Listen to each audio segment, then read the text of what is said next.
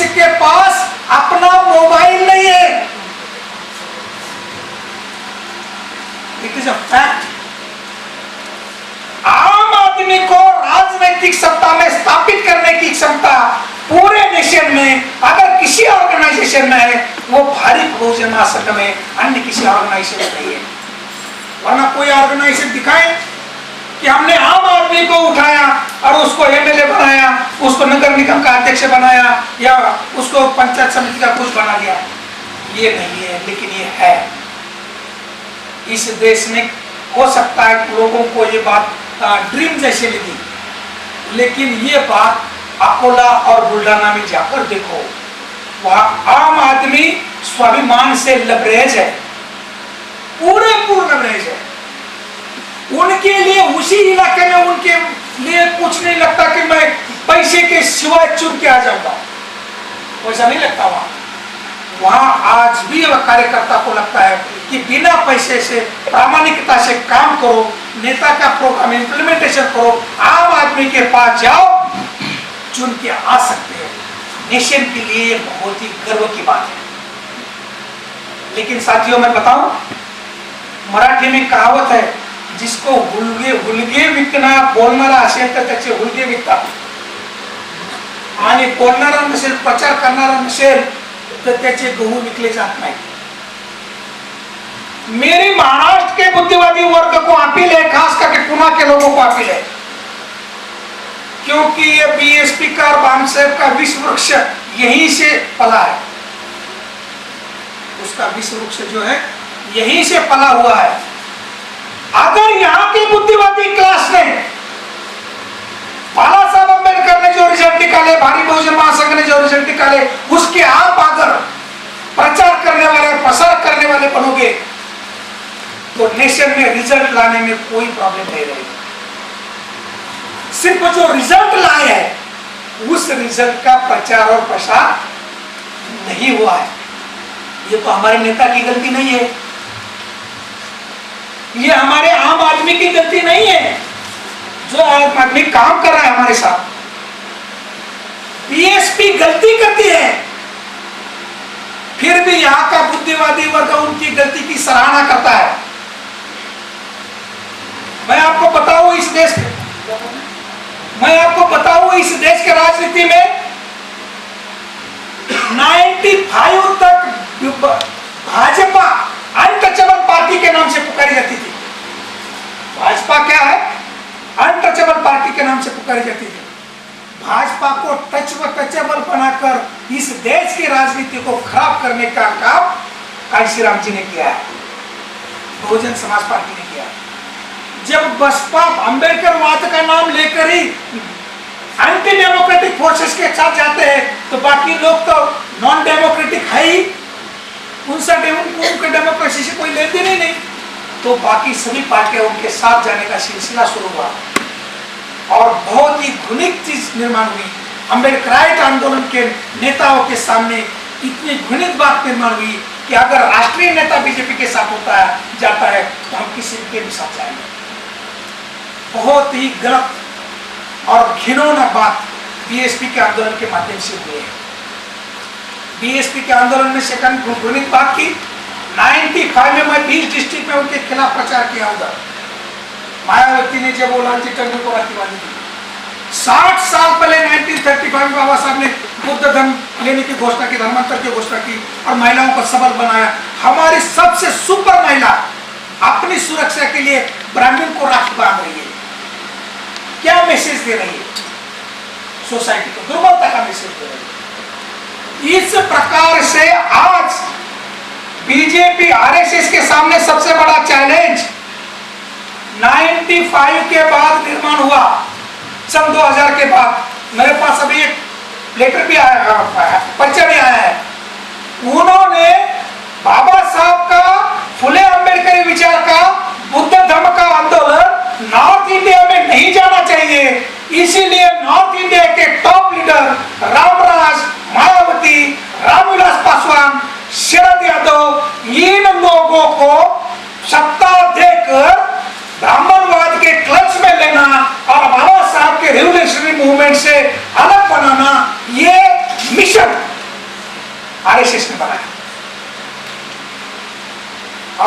अपने मिशन के तक उन्होंने उनको सत्ता की कुर्सियां देकर महाराष्ट्र में जो खुले अम्बेडकराइट मूवमेंट चल रही, बुद्धिस्ट मूवमेंट के साथ चल रही, मिलिटेंसी के साथ चल रही, उसको समाप्त करने की बात आरएसएस के द्वारा की गई है।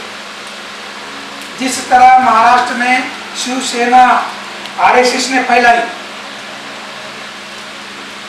उसी तरह आज बहुजन समाज पार्टी को फैलाने का काम आरएसएस कर रही है। हर जगह आरएसएस अपना प्रयास कर रही है और उसी के माध्यम से वो अपना काम कर रहा है। लेकिन सबसे खतरनाक बात यह है कि महाराष्ट्र में रहने वाला बुद्धिवादी वर्ग बाबा साहब के मूवमेंट के साथ गद्दारी कर रहा है। वो वंशवाद में जा रहा है, जातिवाद में जा रहा है और अंधानुकरण कर रहा है। ये बुद्धिवादी वर्ग का चैलेंज हमें समाप्त करना होगा, क्योंकि हमारे केंद्र कैंप के पहले ही साहब ने बताया है कि बुद्धिवादी वर्ग ही समाज को निकालता है। बुद्धिवादी वर्ग ही कठिन परिस्थिति में सामने आ सकता है। बाण सेठ के साथ जो बुद्धिवादी वर्ग है वो मनोवादी प्रवृत्ति का है, उसमें नॉन है। नॉन सिर्फ वर्ण व्यवस्था में है, ब्राह्मण क्षत्रियों का काम नहीं करेगा, वैसे उसका काम नहीं करेगा, उसका काम नहीं करेगा। नॉन जो है ब्राह्मणिकल सिस्टम में है, अम्बेडकराइट और डेमोक्रेटिक सिस्टम में ऑन है। आदमी खुद की सुरक्षा भी कर सकता है, सभी कर सकता है। इसीलिए मैंने सोनेकर सर को और डोला सर को पूछा कि ये प्रोफेसर होकर भारत बहुजन महासंघ का काम ओपन करने में नहीं डर रहे हैं, आप प्रोफेसर लोग को सामने आकर करने में क्या डर है? डर उन लोगों का है जो नॉन है। नॉन में क्या है, वो काम वो नहीं करेगा, ब्राह्मणों का काम क्षत्रिय नहीं करेगा, क्षत्रिय का काम वैसे नहीं करेगा। हम नॉन वाले मनुवादी नहीं है, हम ऑन वाले लक्ष्यवादी है। मनुष्य के सभी अंगों में सभी शक्तियों का इस्तेमाल कर सकते हैं। इसलिए भारी बहुजन महासंघ की नीति जो है, इसको प्रचारित और प्रसारित करने के लिए बुद्धिवादी वर्ग की न्याय जरूरत है। जिस तरह पैसे के साथ रिजल्ट लेकर बहुजन समाज पार्टी के कैडर जगह जगह जाकर गंदगी का प्रचार कर रहे हैं, मैं पर्टिकुलर वर्ड यूज कर रहा हूं, गंदगी का प्रचार करें। क्या गंदगी है? बाबा साहब ने हाथी स्वाभिमान, समता और बंधुता का प्रतीक बनाया, वह हाथी ने गणेश है, गणेश का प्रतीक बनाया। बाबा साहब के साथ ब्राह्मण आए, उन्होंने लोकतंत्र अपनाया, धम्म अपनाया। मायावती के साथ ब्राह्मण आए, ब्राह्मणों ने मायावती के हाथ में पर्चा दिया, पट मीन बाय पर्चा, पर्चा मीन बाय ब्राह्मणों ने पर्चा के माध्यम से क्षत्रियों का नाश किया है। तो बहुजन समाज पार्टी ब्राह्मणवाद को अवॉइड कर रही है और आज आरएसएस और ब्राह्मणवाद, अगर आरएसएस किसके नेतृत्व में सुरक्षित महसूस कर रहा है, वो बीजेपी के नेतृत्व में आरएसएस ब्राह्मणवाद सुरक्षित महसूस नहीं कर रहा, कांग्रेस के नेतृत्व में नहीं महसूस कर रहा है, वो बीएसपी के नेतृत्व में खुद को यूपी में महसूस कर रहा है। तो उनको जिस तरह ये टूल्स बने हुए हैं, मुझे अपील है कि बुद्धिवादी क्लास को बाला साहब का बहुजन और कांशीराम का बहुजन समाज का डिफरेंस समझना चाहिए। मैं आपको इमीडिएट डिफरेंस बताऊंगा। उनमें 6000 जातियों का फेडरेशन है, बाला साहब के बहुजन में 6000 जाति या जातियों का फेडरेशन नहीं। मैं खुद आंखों से देख कर आया हूँ। जलगांव जामो डिस्ट्रिक्ट में सुबह मैं गया था, तो एक गांव का बुढ़ा आदमी आया, उनके साथ दूसरा आदमी आया, उन्होंने बोला हमने 7 में से 6 सीट ग्राम पंचायत में जीते, बोले 7 में से 6 सीट। और जिस व्यक्ति ने वहां अच्छा रोल निभाया, उस व्यक्ति की सोनेकर सर पर हमें पहचान करवा दी, बोले सर ये ब्राह्मण है। क्या बोले वो? ब्राह्मण, उन्होंने साथ दिया है, काम किया है। तो मैं ये समझता हूं कि उन्होंने आम आदमी को, जो अंबेडकर मूवमेंट का सेंट्रल पॉइंट है, बहुजन related to Buddha, Bahujan Samaj related to the non ब्राह्मण कम्युनिटी, ये मनुवादी कंसेप्ट है, ये डेमोक्रेटिक कंसेप्ट है। आपने ये देखना होगा। बाकी अगर देखना है तो कांग्रेस जिस तरह पैसे के बल पर राजनीति कर रही है मायावती, बहुजन समाज पार्टी उसी तरह कर रही है। इसलिए हम बोलते हैं कि उन्होंने बाबा की राह छोड़ दी, बाबूजी की राह पर वो चल पड़े हैं। जिनको बाबूजी की राह पसंद है वो जा सकते हैं, जिनको बाबा की राह पसंद है वो भारी बहुजन महासंघ में आ सकते हैं। जय भीम, जय भारत। नामांतराचं पुन्हा रिपीट आहे. नामांतराच्या आंदोलनामध्ये जसं दंगली झाल्या, दंगलीचे अत्याचार झाले, त्याचं असताना फार काही डॉक्युमेंटेशन झालेलं नाही. परंतु वर्तमानपत्रातून ज्या काही बातम्या आल्या त्याच्या असताना एक डॉक्युमेंटेशन झालं. ज्युडिशरी ही माझ्या अंदाजाने ज्याला आपण म्हणतो करप्ट आहे की त्याच्यावरून म्हणत नाही, पण इनिशिएटिव्ह घेणारी नाही. ज्या ज्या सगळ्या व्यवस्था आहेत त्या व्यवस्थेत असताना हा इश्यू आहे. हे एक उदाहरण म्हणून ज्यावेळेस इमिजिएटली माझ्या लक्षात आलं की मायग्रेशन मोठं झालं त्या काळात, आणि मायग्रेशन मोठं झाल्याने त्याला थांबवण्यासाठी जे गावी जातील त्यांना आम्ही असताना मदत करू, जे शहरात राहतील त्यांना आम्ही असताना मदत करणार नाही. ही जी काही त्या काळची महाराष्ट्र शासनाची भूमिका, आणि त्या भूमिकेमध्ये पुढाकार घेणारा असताना शरद पवार त्यावेळेस होते. त्या भूमिकेला सुद्धा त्या काळी विरोध करणारे माझ्यानंतर फार कमी त्या ठिकाणी होते की व्यवस्थेमध्ये तुम्ही कशा रीतीने प्रेशर प्रूफ राहणार हा त्याच्यातला महत्त्वाचा. आणि त्या व्यवस्थेमधला तुमचा प्रेशर ग्रुप असेल तर मग तिला 100% नाही तर 50% तरी तुम्ही असं त्याला बेंड करू शकता. गोधराचं जे आहे माझ्या अंदाजाने गोधराच्या अगोदर की गोधराच्या नंतर टाइम्स ऑफ इंडियामध्ये असणारे बोल्ड ह्याच्यामध्ये असणारे कालची न्यूज होती, म्हणजे फ्रंट पेजवरतीच. आणि माझ्या अंदाजाने तो लीक केलेला असणारा हा होता. ब्रिटिश हाय कमिशनचं जे भारतातलं ऑफिस आहे दिल्लीमधलं, मुंबईमधलं सॉरी, त्यांनी असताना त्यांच्या ऑफिसला कळवलं होतं की काही गोष्टींबाबतीत असताना सावध राहा, कारण इथे असताना ज्या पद्धतीने हिटलरनी असताना नरसंहार केला त्याच पद्धतीने कुठल्या तरी राज्यामध्ये हा नरसंहार होण्याची असताना शक्यता आहे. ते या ज्या सगळ्या आहेत पॅरलल ज्याला आपण म्हणतो की या फोर्सेस चालू आहेत त्या ह्याच्यामध्ये, आणि या चालू असणाऱ्या फोर्सेसमध्ये आपण फक्त कसं होतं आहे की पहिल्यांदा एखादी कोणीतरी ज्युडिशियरीकडे बघितलं, त्याच्यानंतर असताना वर्तमानपत्राकडे झालं, त्याच्यानंतर मग असताना इथल्या अधिकाऱ्यांकडे झालं, मग कोणीतरी असताना एक कोणतरी येतो. म्हणजे आता असताना जसं म्हटलं तर नगर जिल्ह्याचे असणारे भ्रष्टाचार विरोधी आता चाललेले एक ही जी अशी एक एक व्यक्ती म्हणून जी काही पुढं करतात आहेत आणि त्याला आपण असताना सगळं हे करतो. माझ्या पहिल्यांदा दृष्टिकोनच चुकीचा आहे की एक व्यक्ती ही सगळी असताना सुधारणा करू शकतो असं असताना जे आहे ते माझ्या अंदाजाने पूर्णपणे चुकीचं आहे. त्या सिस्टमला जसं इथे असणाऱ्या ॲडव्होकेट मोहन यांनी सांगितलं की तुमच्यातल्या असणाऱ्या डेमोक्रॅटिक फोर्सेस या सिस्टमला किती डेमोक्रेटाइज करू शकतील आणि त्याच्यामधला ओपननेस किती आणू शकू याच्यावरती भर जोपर्यंत आपण देत नाही तोपर्यंत यांचं असताना डेमोक्रेटायझेशन होत नाही. आणि हे डेमोक्रेटायझेशन होत नाही तोपर्यंत यांची सेन्सिटिव्हिटी वाढत नाही. म्हणून या सगळ्या सिस्टममध्ये सेन्सिटिव्हिटी वाढणं हा त्याच्यातला महत्त्वाचा आहे. आणि तो सेन्सिटिव्हिटी वाढवण्याचं कामकाज मला वाटतं ज्यांना या सिस्टम्समधली इम्प्रूव्हमेंट आणण्याची गरज आहे अशा फोर्सेस तुम्हाला असताना उभं करण्याची गरज आहे.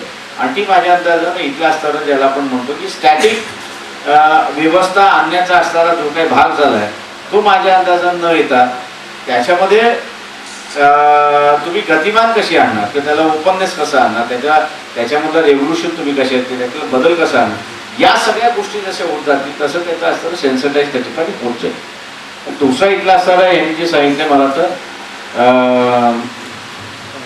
सिंधूच्या इन्सिडेंट नंतर करमशेडूचा आणि सिंधूचा असताना आंध्र प्रदेशमधला असताना जे इन्सिडेंट आहे त्याच्यानंतर डाव्यांमध्ये नाही पण माओवाद्यांमध्ये एक प्रचंड मोठी असणारी खळबळी माजली.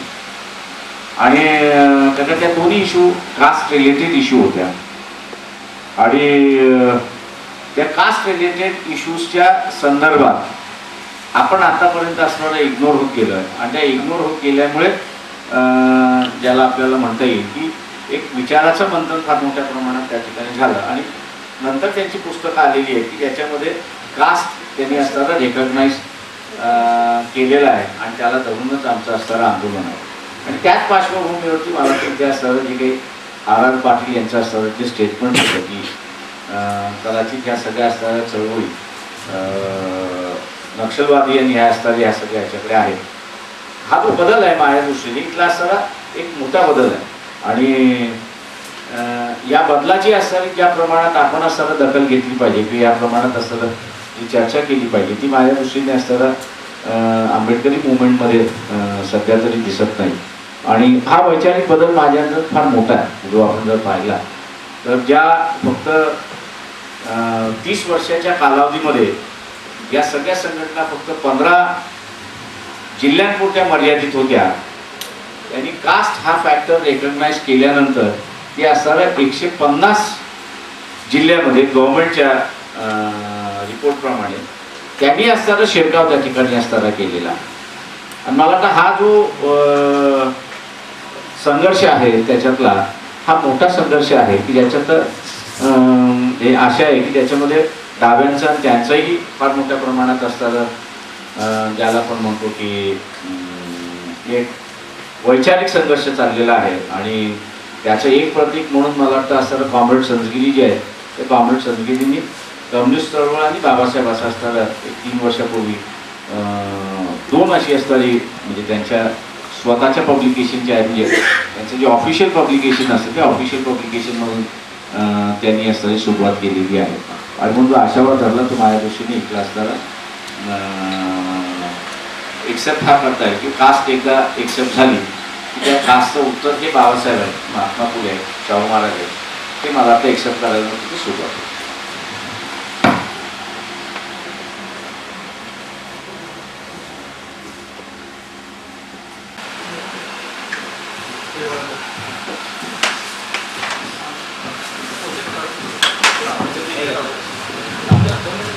या प्रशिक्षण शिबिराच्या कार्यक्रमाला आपल्या समोर उपस्थित असलेले आपले राष्ट्रीय नेते आदरणीय बाळासाहेब आंबेडकर, प्राध्यापक अविनाश डोळस, त्याचप्रमाणे त्यांनी हे आयोजन घडवून आणलं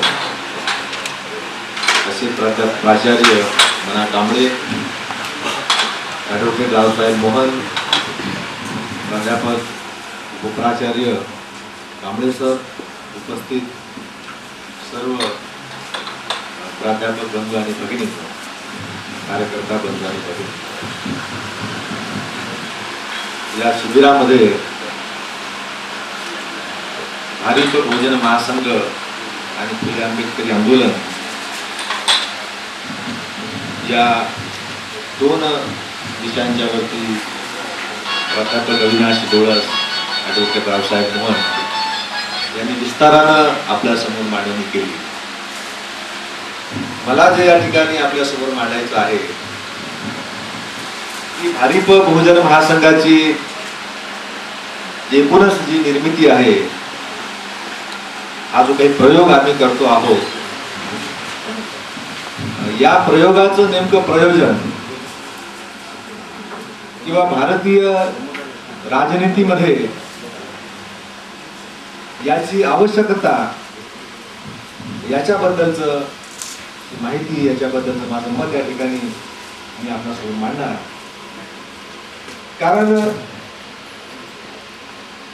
आंबेडकरी समूह आणि इतरही ओबीसी समाजामधला, ओबीसी वर्गामधला जो समूह आहे, जो आंबेडकरी आंदोलनाकडे एक आशेनं पाहतो, त्यांच्यामध्ये एक प्रकारचा संभ्रम आहे. आंबेडकरी समूहामध्ये सुद्धा संभ्रम आहे आणि तो सातत्यानं अनेक गट आहेत, इतके पक्ष आहेत, इतके गट आहेत, इतके नेते आहेत, हा बरोबर आहे, कधी याची थोडीफार सत्ता आली त्या बहुजन समाज पार्टी बरोबर आहे असं म्हणत असतो आणि एक वैचारिक गोंधळ हा सगळ्या महाराष्ट्रामध्ये आपल्याला उडालेला आहे. आणि या सगळ्या गोंधळामध्ये जे एकूणच या सगळ्या व्यवस्थेमध्ये आंबेडकरी आंदोलनाचं जे प्रयोजन आहे ते प्रयोजन आपल्याला हरवल्यासारखं दिसतं. आणि म्हणून अनेक पक्ष या ठिकाणी आहेत. आंबेडकरी विचारधारा किंवा बाबासाहेब आंबेडकरांचं, महात्मा फुल्यांचं नाव, त्यांचे विचार सांगून काम करणारेही अनेक पक्ष आहेत, अनेक गट आहेत, अनेक संघटना आहेत आणि भारी बहुजन महासंघही आहे. आणि म्हणून या सगळ्यांच्या या भाऊगर्दीमध्ये जेव्हा आपण सामान्य माणसाकडे किंवा एखाद्या प्राध्यापकाकडे, एखाद्या सुबुद्ध नागरिकाकडे जेव्हा आपण भारिप बहुजन महासंघाच्या माध्यमातून आपण जाऊ तेव्हा निश्चितपणे हा प्रश्न त्या ठिकाणी उभा ठाकल्याचा आपल्याला दिसून येतो. त्याच्या समोर तो लगेचच आपल्या समोर हा प्रश्न उपस्थित करतो. आणि म्हणून आम्ही जे काही भारिप बहुजन महासंघाच्या माध्यमातून करत आहोत त्याच्याबद्दलची ध्येय धोरण, त्याच्याबद्दलची स्पष्टता आमच्या समोर असली पाहिजे. तरच आपण इतरांच्या समोर ही स्पष्टता घेऊन त्यांनी भारिप बहुजन महासंघाच्या या प्रभावामध्ये सामील का झालं पाहिजे, तेव्हाच आपण त्याच्या समोर ही बाजू मोठ्या प्रमाणामध्ये आपण मांडू शकतो. अनेक राजकीय पक्ष या ठिकाणी आहेत. ऍडव्होकेट रावसाहेब मोहन यांनी त्याच्याबद्दलची भरपूर माहिती आपल्या समोर दिली.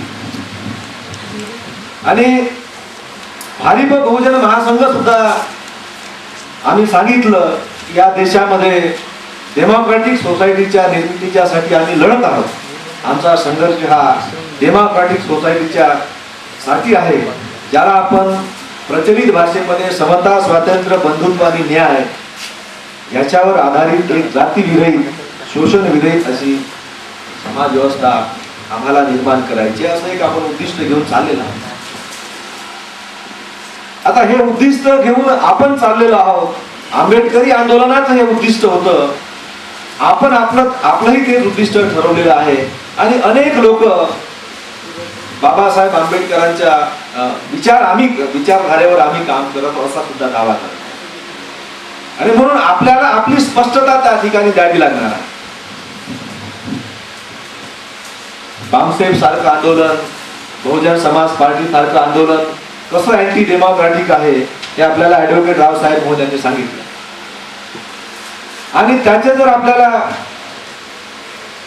हे कसे अँटी डेमोक्रॅटिक आहेत हे सगळे कुठे ना कुठे सर्व एकत्रपणे एकामेकांशी कसे जुळलेले आहेत याचा जर आपल्याला थोडंसं पुरावा जर आपल्याला बघायचा झाला तर स्वातंत्र्याच्या ज्या काही 60 वर्षाचा कालखंड आहे, संविधानाचा अंमल सुरू होऊन जो काही 57 वर्षाचा कालखंड गेला, या कालखंडामध्ये या स्वातंत्र्याच्या 60 वर्षामध्ये या कोणीतरी ही डेमोक्रॅटिक सोसायटी अस्तित्वात यावी की ज्या डेमोक्रॅटिक सोसायटीमध्ये या देशाच्या प्रत्येक नागरिकाला जीवनाच्या सर्व क्षेत्रामध्ये समता, स्वातंत्र्य, बंधुत्व आणि न्याय आपण प्रत्येक व्यक्तीला मिळेल असं आपण जेव्हा म्हणतो तर समता, स्वातंत्र्य, बंधुत्व आणि न्याय म्हणजे ह्या काही वस्तू नाही की प्रत्येक नागरिकाला त्या एक आपण वाटून देणार आहोत.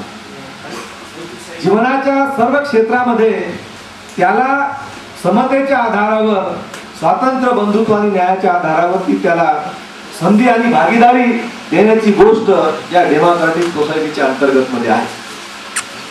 आणि मग भारिप बहुजन महासंघाची जी काही आवश्यकता या देशाच्या सर्वसामान्य नागरिकांच्यासाठी आपल्याला दिसते की या 60 वर्षाच्या कालखंडाचा जर आपण अवलोकन केलं तर त्याच्यामधून आपल्याला भारिप बहुजन महासंघाची किंवा आपण जे काही आंदोलन चालवत आहोत त्या आंदोलनाची आवश्यकता आणि उपयुक्तता आपल्याला त्याच्यामधून दिसते. आता या 60 वर्षामध्ये या सगळ्या क्षेत्रामध्ये काय झालं? आपण साधं शिक्षणाचं क्षेत्र घेतलं की ज्या शिक्षणाच्या क्षेत्रामध्ये सर्वसामान्य माणसाचा शिरकाव व्हावा फुले शाहू आंबेडकर एवढंच नव्हे तर प्रत्यक्ष बुद्धांनी सुद्धा प्रयत्न केले. त्या शिक्षणाची अवस्था स्वातंत्र्याच्या 60 वर्षाच्या नंतर आपण सगळे प्राध्यापक आहात, आपल्याला माहिती आहे. इतरही क्षेत्रामध्ये आपण पाहतो की या कोणत्याही क्षेत्रामध्ये शिक्षण असो, सत्ता संपत्ती, उद्योग व्यापार असो, शासन किंवा प्रशासन असो, या कोणत्याही क्षेत्रामध्ये किंवा न्याय व्यवस्था असो, कुठेही आपल्याला लोकशाहीवर आधारित भागीदारी आपल्याला सर्वसामान्य माणसाला मिळाल्याचं दिसत नाही. आणि म्हणून भारिप बहुजन महासंघाची जी काही आवश्यकता आहे ती या माध्यमातून आहे. केवळ सत्ता मिळवणे, बहुजन समाज पार्टीच्या माध्यमातून जे लोक सातत्याने आपल्यासोबत वादविवाद करतात, आपल्या समोर प्रश्न उपस्थित करतात की त्यांना सत्ता मिळाली. केवळ सत्ता मिळवणे, सत्ता जर कशी मिळवायची आहे तर ती कोणालाही मिळवता आली असती, आम्हालाही मिळवता आली असती. परंतु प्राध्यापक अविनाश डोळस यांनी सुरुवातीलाच आपल्याला सांगितलं की ज्या डेमोक्रॅटिक सोसायटीच्या रचनेच्यासाठी हे सगळं आंदोलन काम करत आहे, ते जर होत नसेल तर अशी सत्ता आम्हाला नको आहे. आणि म्हणून भारिप बहुजन महासंघाचं जे घोषवाक्य आम्ही ठेवलेलं आहे त्या घोषवाक्यामध्ये स्पष्टपणे असं म्हटलेलं आहे की सत्ता नको, भीक नको सत्तेची, सत्ता हवी हक्काची. ही हक्काची सत्ता मिळवण्याच्यासाठी भारिप बहुजन महासंघाच्या माध्यमातून आपण सर्वसामान्यांच्यासाठी काम करतो.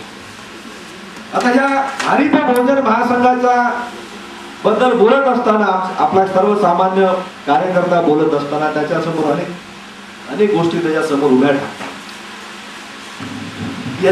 याची उपयुक्तता काय आहे, भारिप बहुजन महासंघ ज्या माध्यमातून सर्वसामान्य जनतेच्यासाठी काम करत आहे त्याची एकूणच वाटचाल काय आहे, कशा पद्धतीने आम्ही वाटचाल करत आहोत, आम्ही कुठे कुठे काय मिळवलं, कशा पद्धतीने आम्ही जे काही ध्येय आणि उद्दिष्ट घेऊन चाललेलो आहोत त्या ध्येय आणि उद्दिष्टाकडे आम्ही कशा पद्धतीने जात आहोत, याही गोष्टीचा त्या ठिकाणी त्या कार्यकर्त्याच्या समोर अभाव असतो. आणि म्हणून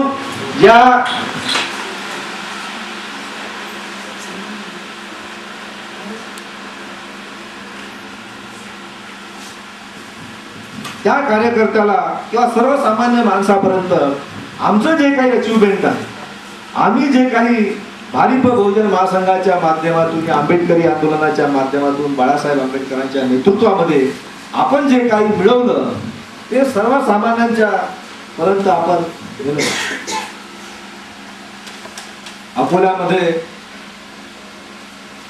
बुलढाणा जिल्ह्यामध्ये, अकोल्याला लागून असलेल्या वाशिम जिल्ह्यामध्ये, अमरावती जिल्ह्यामध्ये भारिप बहुजन महासंघाने अनेक प्रयोग केले.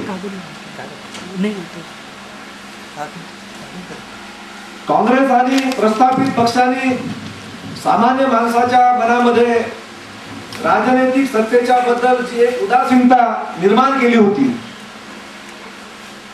की सामान्य माणूस हा, त्याला जर कोणी विचारलं तर जणू काही हे राजनैतिक सत्ता याच्याशी आपल्याला काही देणं घेणं नाही, अशा पद्धतीने तो वागत होता. आपल्याला सत्ता मिळू शकते, आपण निवडून येऊ शकतो याच्यावरच त्याचा विश्वास उडालेला होता. आणि म्हणून विशिष्ट लोक निवडणुकांमध्ये उभे राहायचे, त्या विशिष्ट लोकांनीच निवडून जायचं आणि ते विशिष्ट लोकच पिढ्यानं पिढ्या सत्तेत बसायचे, अशी परिस्थिती या संबंध महाराष्ट्रामध्ये होती. आणि सामान्य माणूस सुद्धा त्यांनी ती परिस्थिती ऍक्सेप्ट केली आणि त्याची स्वतःची मानसिकता पराभूताची झाली आणि आपलं काही होऊ शकत नाही, आपण निवडणुकीमध्ये उभं राहू शकत नाही आणि निवडणुकीमध्ये आपण उभं राहिलो तर आपल्याला कोणी मतं देणार नाही आणि आपण निवडून येणार नाही, अशा पद्धतीची मानसिकता या सामान्य माणसाची झाल्याचं आपण पाहतो. या मानसिकतेमधून या माणसाला बाहेर काढण्याचं काम बाळासाहेब आंबेडकरांनी भारिप बहुजन महासंघाच्या माध्यमातून केलं. अनेक प्रयोग आणि प्रत्यक्ष प्रयोग करून ते सिद्ध केलं. किनवटचा प्रयोग आपल्या सर्वांना माहित आहे, सरांनी त्या प्रयोगाचा उल्लेख सुद्धा केला की सामान्य आदिवासी कुटुंबातल्या एका सामान्य पोराला कुठल्याही प्रकारची त्याच्याकडे साधनं नाही, पैसा नाही, कुठल्याही प्रकारचं पाठबळ नाही, कुठल्याही प्रकारची सत्तेची परंपरा नाही. अशा परिस्थितीमध्ये त्याला आमदार का किनवट मधून आमदार म्हणून आपण त्याला निवडून पाठवलं. आणि त्यातून किनवटचं उदाहरण म्हणजे केवळ भीमराव केरामला आमदार केलं असं त्याचा अर्थ नाही, तर सामान्य माणसासाठी तो एक संदेश होता, एक तो मेसेज होता. संबंध महाराष्ट्रातल्या, संबंध भारतातल्या सामान्य माणसाने ज्यांची इच्छाशक्ती संपली होती, सत्तेमध्ये आपण भागीदारी घेऊ शकतो, आपल्याला सत्तेमध्ये वाटा मिळू शकतो, आपण सत्ताधारी होऊ शकतो, ही त्याची मानसिकता जवळजवळ संपली होती. काँग्रेस आणि प्रस्थापित लोकांनी त्याला त्या मानसिकतेमध्ये नेऊन सोडलं होतं. आपण त्याला त्या मानसिकतेमधून बाहेर काढण्याचं काम केलं. भीमराव केरामच्या माध्यमातून संबंध भारतामधल्या सामान्य माणसापर्यंत आपण तो मेसेज दिला की सामान्य माणूस सुद्धा, जो बाबासाहेब आंबेडकरांनी त्याला मताच्या माध्यमातून जो अधिकार दिला की त्याला उभं राहता येते, त्याला निवडून जाता येते, तो प्रत्यक्ष सरकार बनवू शकतो, त्याचं प्रत्यक्ष प्रात्यक्षिक भीमराव केरामच्या माध्यमातून किनवटमध्ये आपण केलं. तो एक संदेश होता. त्याच्यानंतर